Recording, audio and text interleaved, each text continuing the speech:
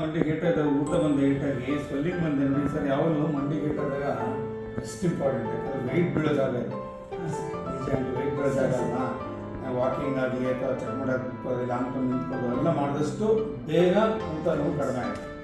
Rest important. ಈಗ ಅಪ್ಪಲ್ಲಿ ಇಲ್ಲೋ ಏಟಾದರೆ rest ತೊಂದರೆ ಇಲ್ಲ, ಬಟ್ ಕಾಲು ರೆಸ್ಟ್ ಸಿಗಲ್ಲ. ಮಿನಿಮಮ್ ಬಾತ್ರೂಮ್ ಹೋಗಬೇಕು, ಸ್ನಾನ ಮಾಡಬೇಕೆಲ್ಲ ಮಾಡಲೇಬೇಕಾಗುತ್ತೆ ಮಿನಿಮಮ್. ಸೊ ಅವೆಲ್ಲ ಮಾಡ್ಕೋಬೋದು. ಬಟ್ ಏನಪ್ಪ ಅಂತಂದರೆ ಲಾಂಗ್ ಟರ್ಮ್ ನಿಂತ್ಕೊಳ್ಳೋದು, ವಾಕಿಂಗ್ ಎಲ್ಲ ಅವಾಯ್ಡ್ ಮಾಡಿದಷ್ಟು ಊಟ ನೋವು ಬೇಗ ಕಡಿಮೆ. ರೆಸ್ಟ್ ಇದ್ದಷ್ಟು ಬೇಗ. ಯಾವಾಗಲೂ ಏನಾಗುತ್ತೆ ನೋವಿದ್ದಾಗ ರೆಸ್ಟ್ ಇಂಪಾರ್ಟೆಂಟ್.